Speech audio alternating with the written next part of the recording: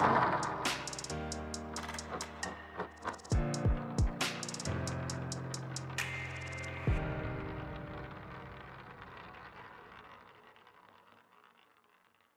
hello, hello, hello, hello, hello, hello, hello. Hey. Hello, hello, hello, hello, hello, hello, hello, hello.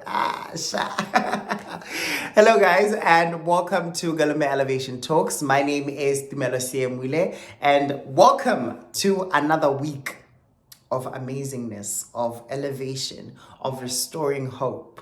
In this week's episode, we will be interviewing Rita Williams, who is a communication coach. Now, if you have very powerful ideas, but are always struggling to communicate those ideas, or you're running a company and are trying to communicate your passion and your excitement about a project, or you're about to get married and you need to give a wedding speech and you don't know how to do this, this is the talk for you, as she gives you very, very, very technical skills on what you can do on a daily basis to practice and strengthen these skills in order for you to then be able to effectively communicate with people and get the message across. So I hope you guys enjoy this as much as I did interviewing you. But I must say I was nervous, because I'm speaking to someone who does this for a profession, so I was quite nervous, and it might show here and there, but please do allow me the space to mess up, because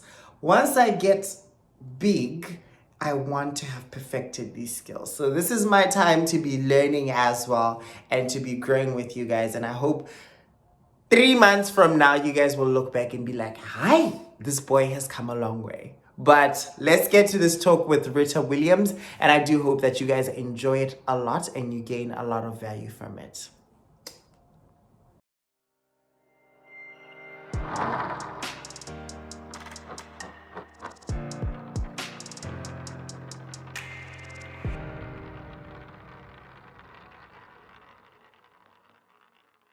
So I am so happy to be here with you. And this is a great piggyback to last week's session. If you were able to see Craig Welch, he talked about corporate branding and how today it's not about the what or the how, it's all about the why. But today is more about personal branding, and your communication, how it resonates with your audience, really is about the what and the how. That is what I'm going to talk about today, for you to be able to evaluate how people are seeing you and how you can strengthen that. So I'm going to give you some very basic guidelines or a new lens to use to evaluate yourself. So a lot of people ask, what matters more, what you're communicating or how you're communicating it? You might be surprised that it's about 80-20. 80% how you're communicating it and 20% what. Now, if you have something really important to say, that might be a big disappointment, but people don't remember if you have great content and you can't deliver it with passion and interest. And so how can we do that? The what is important too, and it may depend on your audience, but let's talk first about what you say. And this can be in a social gathering, a business environment, online or live. But if you're going to take the time to prepare, you might as well make it easy for yourself and use some sort of format. This is what I recommend.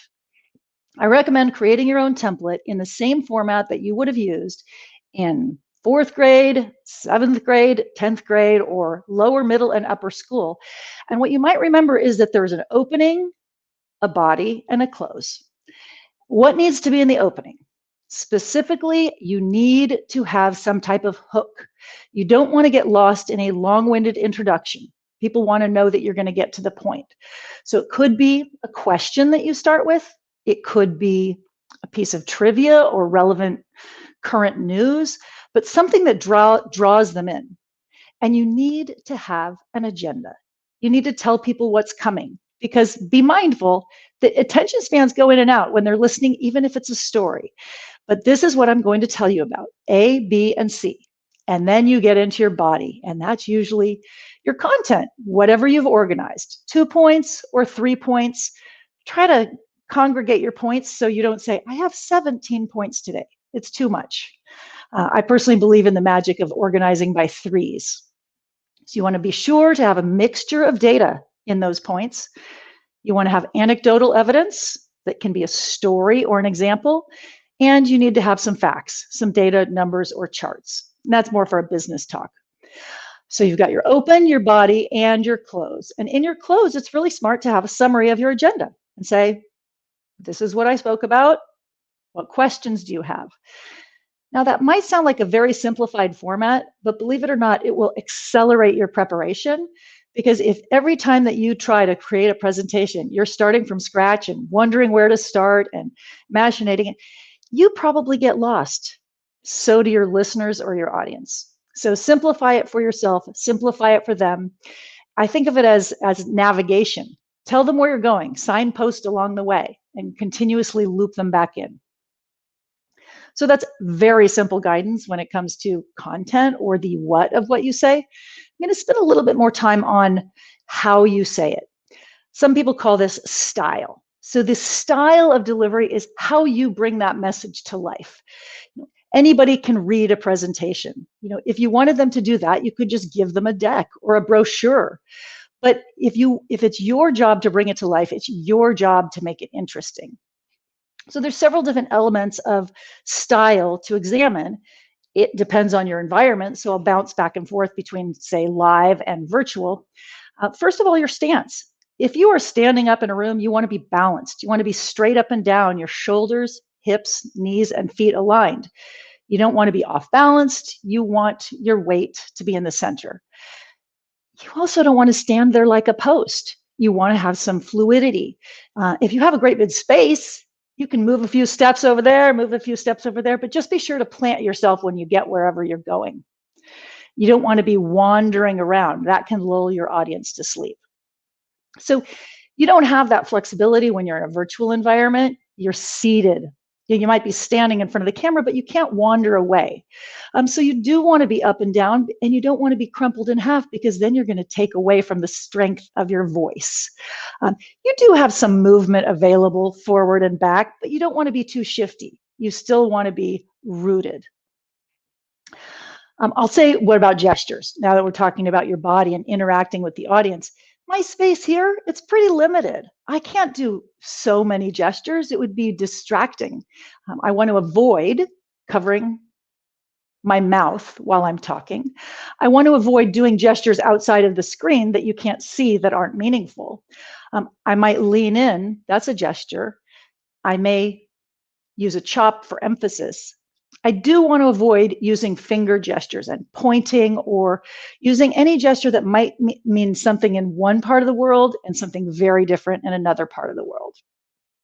Global audiences don't tolerate those changes. So I try to give guidance to do what is appropriate in the country in which you're speaking, but sometimes you have global audiences even there, and you don't want to offend with finger gestures. So be mindful of that.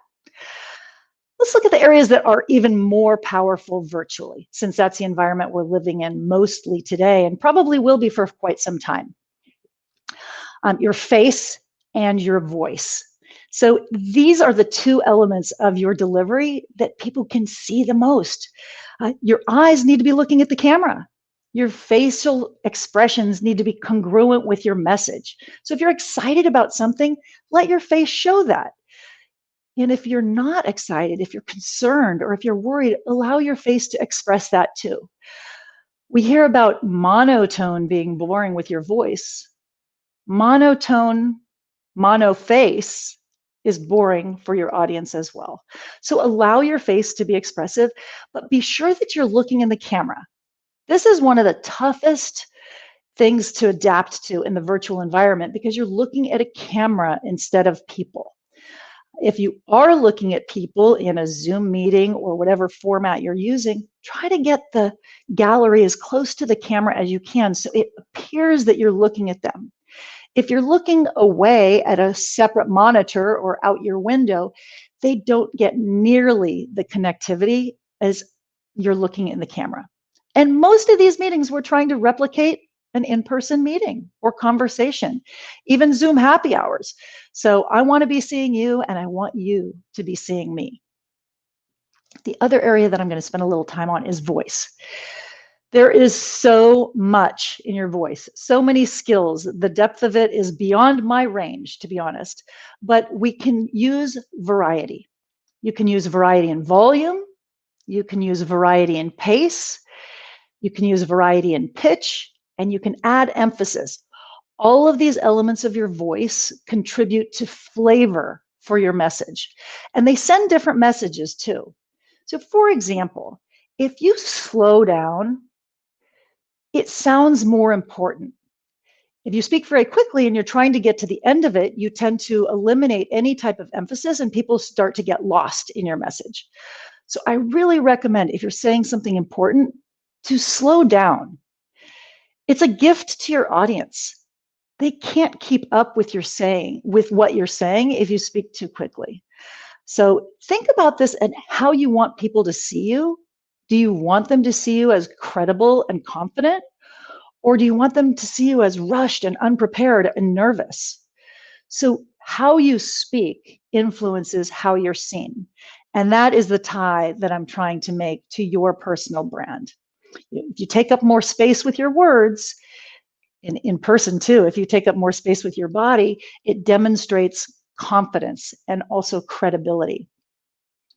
You can emphasize certain words and that pushes them into your audience's brain. So consider when you read, you have to make meaning from what you read. But when you speak, you have the power to emphasize whatever word you want to make your audience remember it. It sounds a little bit choreographed, but if you have an important talk, I suggest underlining or bolding those words. So when you're practicing it out loud, you're intentionally emphasizing those words. Now, those are just some of the areas of voice to practice with. But when you think about how these skills go together, how you're using your voice, how you're portraying yourself sitting up, how far you are in front of the camera, is the camera at your eye level? All of these elements contribute to how your audience sees you and what they take away and what they remember. So again, I recommend organizing your talk in a consistent, repeatable way. I recommend evaluating yourself with your style, your body, your voice, your face, and maybe even videotape yourself practicing so that you can use that lens and identify the areas that you're strong and identify the areas you can be better and find ways to practice. I have lots of recommendations when you want to practice. Everybody has different access to daily activities, but it's a work in progress, always a work in progress, and you can be better.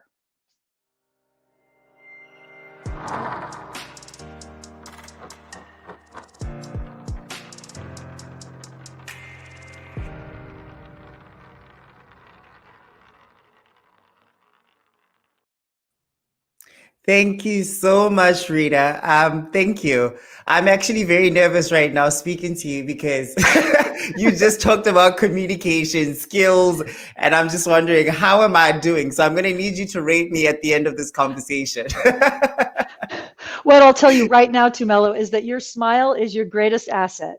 Your voice, your eyes, your laugh, you've got a lot going for you, but I always grab onto the first thing that I notice about anybody, and your smile is it. So Thank you. Share that smile, share it generously. I'm glad we're doing good so far. But to get into this conversation, could you please tell us, who is Rita Williams, apart from, the work that you do, without talking about your work? Who are you? Well, that's a can of worms, Tumelo. I am a lot of things to different people. I am a mother. I am a wife. I am a very passionate communicator, and I was in sales in business for the first half of my career, and I pivoted to this work because the most important thing for me is making a difference for people. So in that, I really loved last week's talk because when he talked about how companies, it's why they do it. Why I do this work is to make a difference for people. And so if the big question is, who am I? I'm somebody who likes to make a difference. That is my brand. How I do it is by helping them communicate and be more confident. So I coach people one-on-one. I coach groups of people. I speak in classes, which is how I met you. And I get very excited when people find a little bit more power and a little bit more confidence, whether it's children, women, engineers. The smartest people that I've worked with have the toughest time unlocking their ideas. And when they find power in their words, that makes me light up. So that's what I'm all about. That's brilliant. And I actually do think that there's so much power in words, so much power in speaking if it's done right. Now, your job title, what exactly is your job title? Communications coach, right? Now, this is a new title, I think, to a lot of people watching this. I didn't even think this could be a job. But, it's great to always meet people who are doing things that I'm not used to, because then I can be like, maybe I should look into this. So what does a day like in your career look like? What does an everyday look like, for example?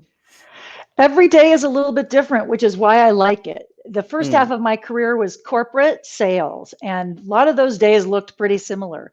But now that I am a mother and I own my own business, I have the freedom to make my days how I like. So some days it's a full day workshop, and that's usually live temporarily. They have been adapted to virtual settings, but I would work with a group of 8, 10, or 12 people as a facilitator in a small group workshop, videotaping them and coaching them. So that's when I have a full day, and those could be any audience.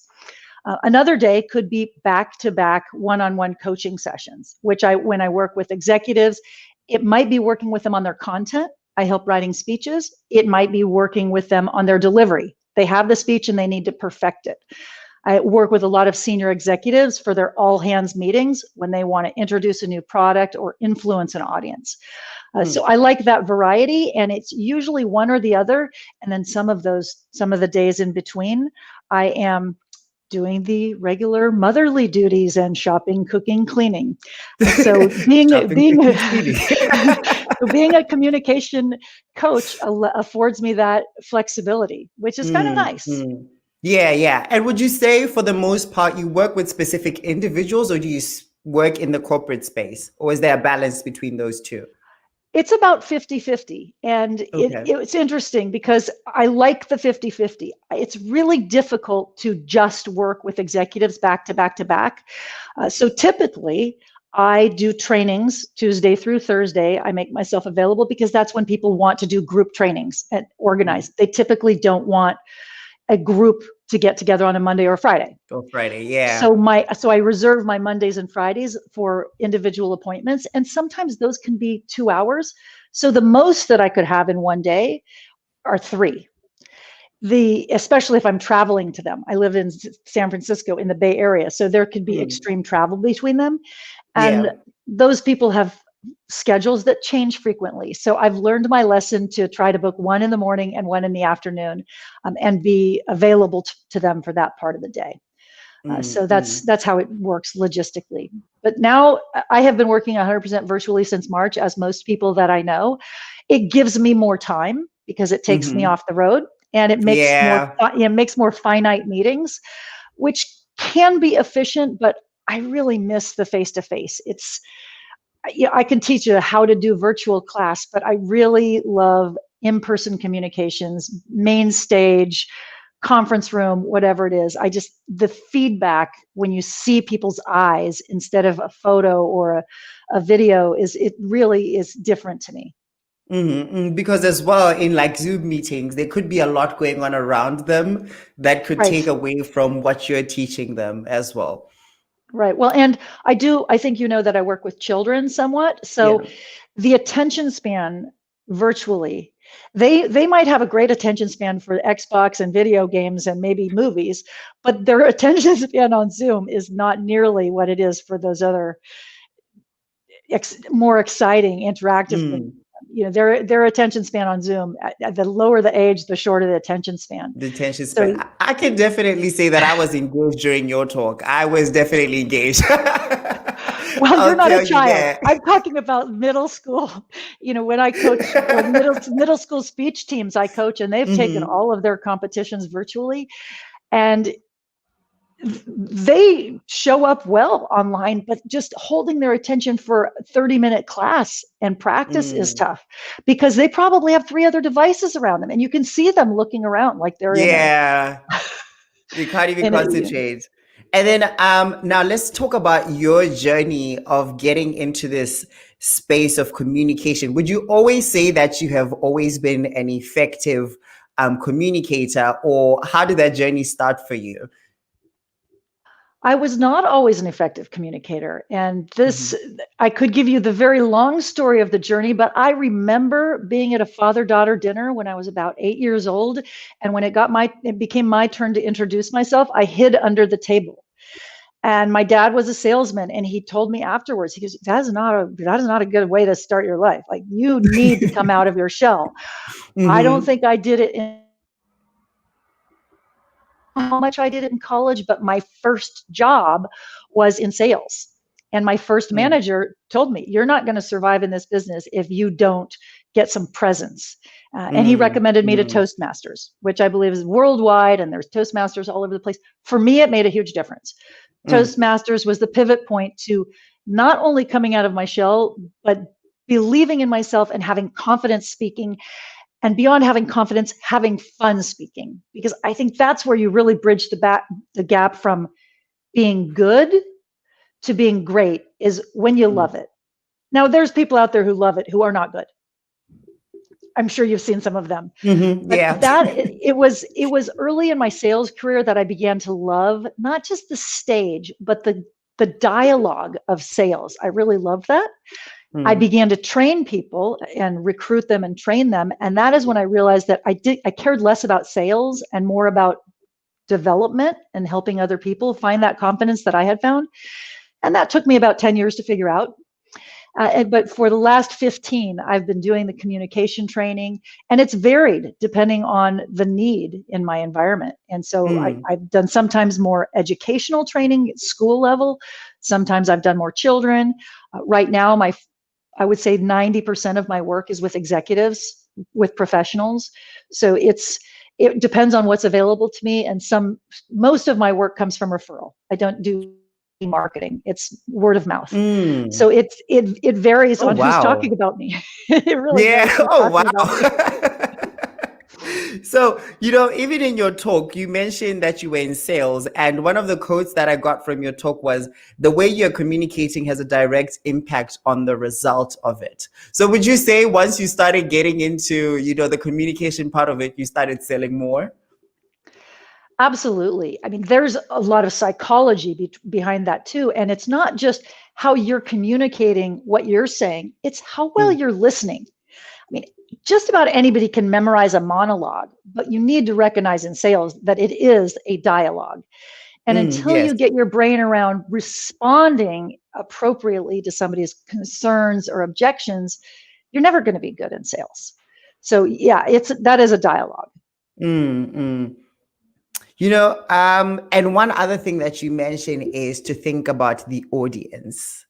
Think about the audience. And, I was thinking about this. I was like, this explains why she asked me so many questions about the audience that she'd be presenting to.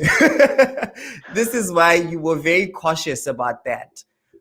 Well, for example, Tamela, in the class that I went to where you were, people were all Hmm. over the world, similar age group, but similar intention of going into sales. And so Yeah. if I just brought a canned talk and delivered it as if you were a bunch of engineers at Apple or Google, it Mm, wouldn't have resonated. So I believe any talk, you have to start with the audience. What do they want to know? What do they need to know?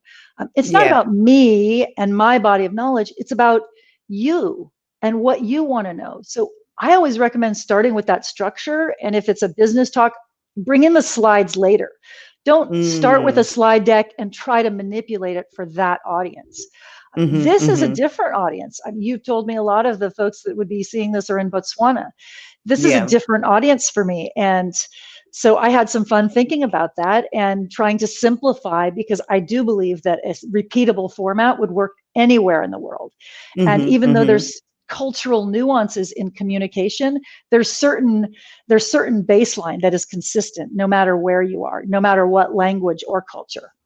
And because you mentioned Botswana, I actually just clicked in my head that the painting behind you actually resembles the colors of Botswana. Literally, the blue, black, and white are on our flags. Oh, that's You interesting. got the memo, clearly. I didn't get the memo. It's completely coincidental. And we've got a few swimmers that are not normally behind me with this light, but I love that it maps to your flag. It was meant to be. And then, in your talk, you also referenced going back to those fundamental skills of introduction, body, and conclusion. Could you talk a little bit more about that specifically? As far as what goes into each piece? Yes. So I believe, because I think as we grow older, we start to think it needs to be very complicated, when in actual fact, that's what's important. The fundamentals are what we need to stick to. And people recognize that format. They want to follow it. That's why I compare it to directions to where you're going. If you have a destination, you need a map to get there. And any prepared to talk is the same way. So open body close, or tell them what you're going to tell them, and then tell them what you told them. So in that introduction, again, I said, you need to have a hook. You need to have an agenda so that they know what you're going to say. And don't reveal too much in the agenda. That's just a menu item. Don't reveal, don't open the kimono in the agenda. And then when you get into the body, that's where you can have flow, but you still need to transition between those points. And when I say transition, I mean, close one door and open the next, so that your audience knows you're moving from topic to topic. That could map to when you change slides and say, okay, now we've just talked about this. Let me now share this with you. So it definitely comes across to the audience that you've thought about this in advance. You've woven this story together. It's not just siloed information.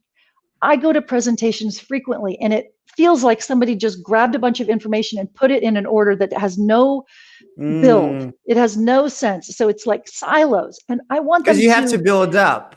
I wanted them to build and say, now that you know this, let's look at how it works. Now that you've seen how it works, let's see how it applies to you. And so I want a methodical process so that you're explaining to me why it's in that order. And that's where transitions in that body can be effective. So another way to look at it, some people would ask the percentage of time. So it doesn't matter if your talk is 10 minutes or an hour, but you could use that format and think about the body being 80%. So whatever the time is, 80%. You could use up to 10% at the beginning and up to 10% at the close, and then 80% in the middle. If there's the one departure from that is what I would say is, if you know there's going to be a lot of questions and it's a rich discussion, you would allow more time at the end. And typically I would say the higher level audience you have, the more of a discussion a presentation is, because they're going to want to ask questions throughout. And although the presenter might think they're being interrupted, you should welcome it and not say, hey, let's wait till the end. It's expect that, welcome it. And I say it's their meeting. So it's not like, hey, let me wait for the end of this monologue. It's their meeting. You want me to go over here, go over there, and being flexible. And that's where I think you become more of a facilitator than a presenter. What I was talking about today was more when you have a prepared talk, your audience is at the level that they will allow you to finish before they ask questions. And so it could even be, you could use that format for writing a toast, making a pitch to a community for participating in something. It works universally when you're trying to communicate a message.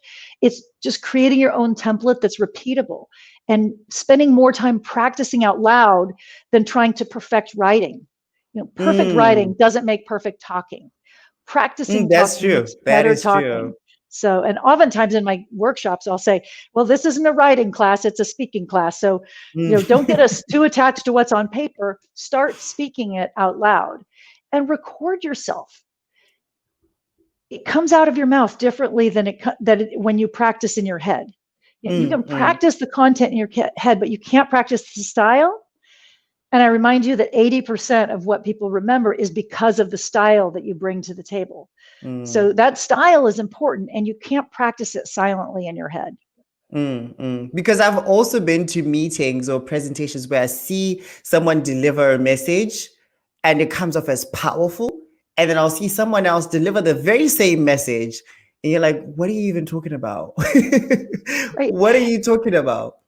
I often see people deliver messages that I know that they're passionate about, they care about deeply, and they're excited, but they deliver it like this. They say, I'm so excited about this new feature of our product. And I think, well, tell your face, tell your voice. You don't sound it. Why tell are your you, face. and tell your voice. If you're excited about something, tell them. I mean, some people sound like they're giving a eulogy when they're talking about something they're excited about. So you demonstrate this so beautifully, because when you're excited, it shows in every element of your eyes and your smile. And I mean, it's coming out of your pores. You want to be that transparent with your audience so that they can see you're human and that there is emotion there. In the same way, if you're sad and disappointed and concerned, your body and your voice and your face will reflect that. So why people go to such extreme effort to try to be mono face or mono voice, I have no idea. I say, let it shine through. Be you, be real. I can't remember your message if you're just a talking post. I wasn't even going to ask this question, but now that we're onto this, before we go on to the ad break, I just want to ask you a question in terms of being professional. I think there's a misconception that being professional means you got to be robotic. You have to be a certain, posture needs to be a certain way. Your voice needs to sound a certain way. How true is that in your teaching? Not true. I don't think that you need to be robotic to be professional. In fact, I think you need to be human to be professional. I think that executive presence comes from many different areas. It comes from being able to listen. It comes from having confidence in your delivery. It comes from flexibility to change topics when your audience needs it. But being robotic is, I would say, a junior level skill, not a high level skill. I don't think there's much I don't think there's anything interesting about being robotic. I have very low tolerance for that. I definitely think a lot of people need to see this video because we need to change the way in which we view professionalism. And can I add one thing is that not robotic, appropriate, but being human and appropriate. So for some individuals, it may take leveling up their language. I want polish to be professional. I don't want a lot of filler words. I don't want ums, ahs. I don't want it to be too casual. I haven't been robotic today, but I haven't been too casual. So there's a difference, I think, between being polished and being unprofessional. Polished is professional, not robotic. That's the differentiation. Yeah. I like that. Polished is different from robotic. Yeah. I can definitely, now that I think about it, it actually makes more sense. So on that note, we're actually going to take a quick ad break as we show you this video that highlights some of the work that Rita is doing and how you can get in touch with her, what she does on a daily basis, because I was very mind boggled as to what a communications coach does. But this seems like a job that I will actually be looking into, a career path I will definitely be looking into. So I hope you guys enjoy it and see you at the flip side of this.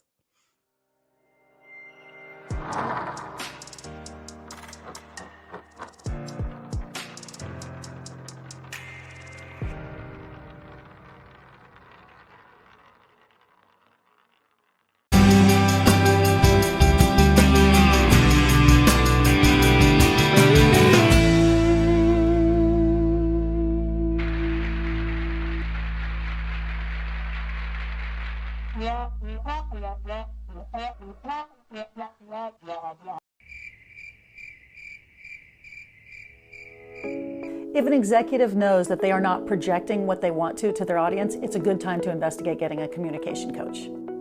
Hi, I'm Rita Williams of RDC Solutions. Communication is still the key to success. When a professional gets clear that winging it is not a good option when it comes to presenting, and they learn how to distill their content to a concise message, and that the delivery does matter, it fuels their messaging. The ideal customer for me is somebody who wants to improve. People don't have to be bad to be better. Sometimes just a simple aha moment in a coaching session will make all the difference in somebody's career. My overarching philosophy about communication is that less is more. One-on-one coaching is the cornerstone of my business. I love working with people when it has to do with team building, when it has to do with speaking, when it has to do with crafting their content. Everybody has a different need. What makes it interesting for me is working with people from all different types of careers. I was in sales myself, so I've worked a lot with salespeople, but I love working with engineers and architects, doctors and lawyers. I love working with professionals, and I also love working with children. If you need to be on a big stage and you're not used to using a microphone or addressing a virtual audience or a large in-person, say 200 and up audience, we can practice in an environment that closely replicates that so that you can be comfortable when you do get up on that stage. I love preparing people for wedding speeches. It's such an intimate, special time, and you really want to nail it. If you're nervous, I can help you craft that speech and practice it so that when you deliver it, you feel natural and exuberant. Sometimes people are very engaging and comfortable in personal environments with their community, but it doesn't translate to the office. I can help you port those skills that are comfortable in the personal environment and make you shine in the office.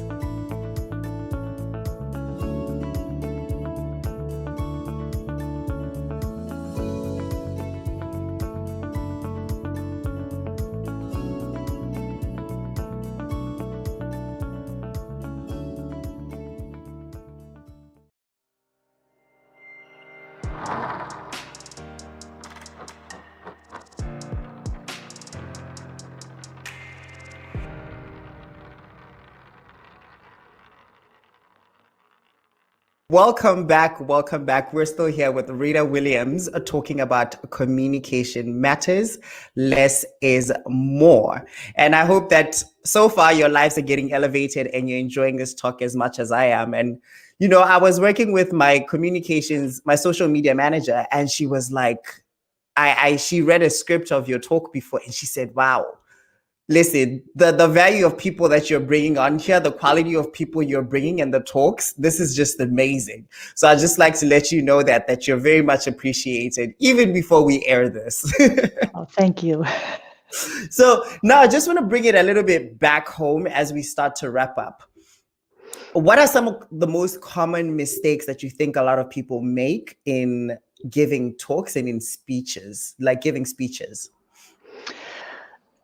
Right at the top of the list, number 1, 2, and 3 is going too long. Whether it's the prepared speech or an answer to a question, people give too much information. The short answer is usually get their interest. If they want more, you can give it, but you can't take it back. I like to say you can't put the genie back in the bottle. And people just go on and they spin, and it dilutes the essence of what they want to say. So I say the biggest mistake is going too long. Figure out exactly what you want to say, use a word vacuum, distill it to the fewest words that you can, eliminate the fillers, and let that resonate. Don't dilute it with extra stuff. So that's number 1. Fillers, big pet peeve of mine, big mistake that people make. I think people don't prepare and they say, no, I'm better off when I wing it. Guess what? Is that ever good? Is that ever good enough? No, very few people are better off when they wing it. They end up going on too long, diluting their message, and you're lost. So those are the areas that I see the most mistakes. And the other is that they don't listen. If it's a dialogue, a conversation, they go directly to what they want to say, and they're not reading the faces of their audience, reading the room. They're not listening to the questions, and they're not really hearing what's behind it. A perfect example right now in the US, if your audience is seeing any of this, is the political debates. What a joke. Well, it's why even have questions? Just, Yeah. it's like, what would you like to talk about would be the better question, because that's where they start going on these tangents, and they're just continuing to come back to the message that they want to say instead of what people want to hear. So I think that it takes a lot of energy to be in communication, in listening and responding to it and being real. So I think that people who don't prepare, who don't think about their audience, there's a huge miss. So if anybody is listening right now and you work in the political space, you need to hire Rita. Rita's your woman for all this. And so with that being said, what are some of the practice techniques that we could use to improve upon those? Like even in terms of, tone and speed, what are some of the tactics that you found useful? The single best tool for strengthening your vocal skills, for slowing down, pausing between your sentences, and using emphasis is using voice to text or voice to email. One, it helps you be clear. If you have to correct it a lot, you're not speaking the language clearly enough. But most people have access to a phone, so they can use Siri. A lot of computers now have access to be able to use voice to email and to writing. So you want the app to be able to understand you.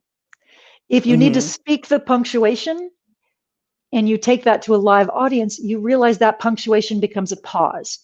People like to run their sentences together. So using voice to text and voice to email can force you to practice slowing down, can force you to practice pausing. And if you have an issue with ums, uhs, and filler words, those will show up in the transcription. So the less editing you have to do, the better you're getting. So that is an area that I recommend people to practice. Video recording yourself or audio recording yourself can help you stay on point. Listen to your answers. You can just tell a 1-minute story and listen back and think, did I get to the point of my story? Telling stories usually translates directly to being a better presenter. So when people say, how can I practice every day? I said, but pay attention at dinner. Do you get interrupted in your stories and forget where you were going? Or can you get through your whole story to the end of it and people don't have to ask you if the story's over? You know where it's going and be on a mindful journey there, not getting lost on little side stories. So telling stories, I love that. Telling stories, using voice to text, recording yourself. There's many ways to practice, but you practice out loud because nothing that you're doing in your head is helping your style and your delivery.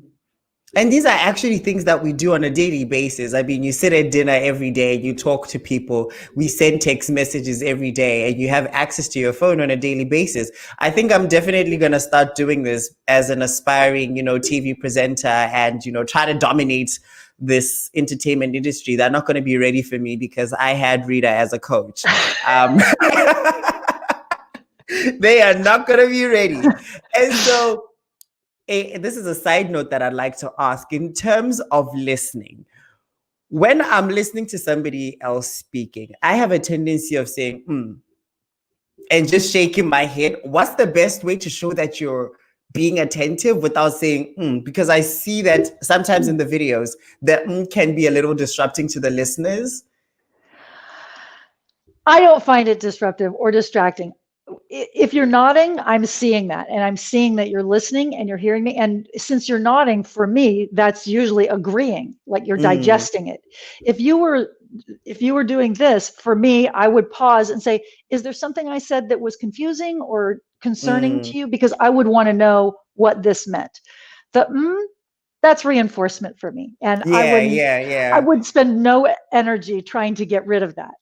Okay. I was just very curious.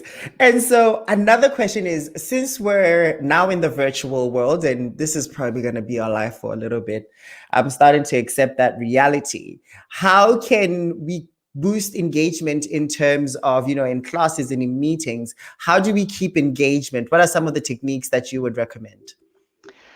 Well, for me, my classes are usually 10 people or so. When I was Okay. with you, I think there was 35, but I recommend asking them in advance and saying, we were going to have the cameras on. If Mm-hmm. without the expectation of cameras on, you're not replicating a classroom or a meeting. So if you want to replicate a classroom or a meeting, I think you need to have everybody with their cameras on.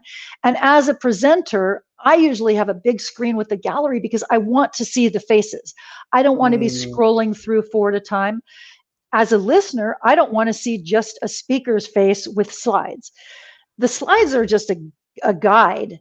I would rather see faces than slides. So mm-hmm. my number one guidance to people who are trying to either create a social engagement where they're doing family get-togethers, birthdays, happy hours, meetings, classes, camera on. If you're replicating a meeting, camera on. It's Mm-hmm. hard when there's a black box, somebody's wandering around, somebody might be in their car, you hear weird noises in the background. That's a phone call. That's different. Mm. It's different. And to have a conference call with a bunch of people and then you get the lag time and nobody knows who's talking, it's a different meeting. So I think the number one thing that you can do is camera on. And if you are the one leading the meeting, know the tools Mm-hmm. of the platform. Get people to engage, whether it's through chat or raising your hand or give me a checkbox if you're doing this. Nobody wants to listen for 30 or 60 minutes without being called upon to participate. Yeah. So the more that you can get your audience to participate, the more engaged they'll be. Yeah, and I think also another point, just making sure that everything that you're saying is straight to the point saves a lot of time, because sitting at a computer all day, a lot of us are doing that. So if you're going to run a meeting that's going to last an hour and 30 minutes and you're literally saying the same thing over and over again, then you need to contact Rita.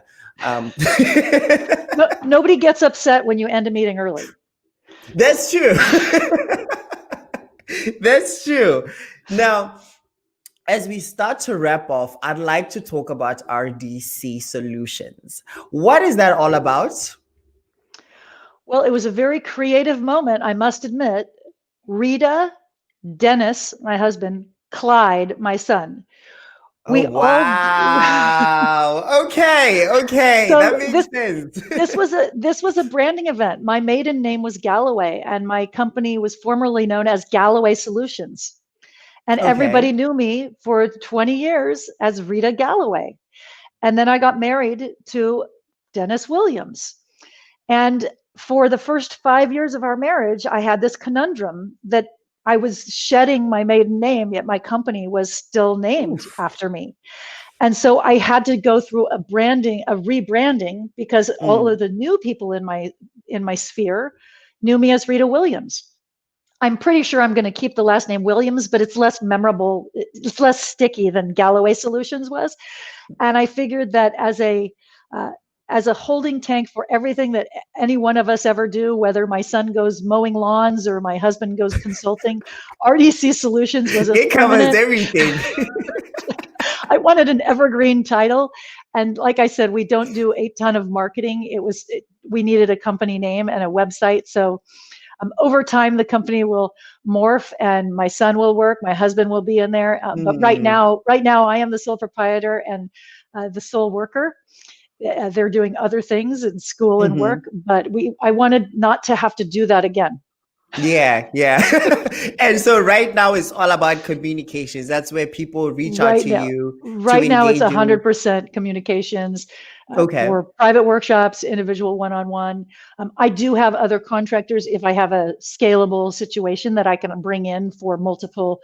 At the same time, we need multiple facilitators.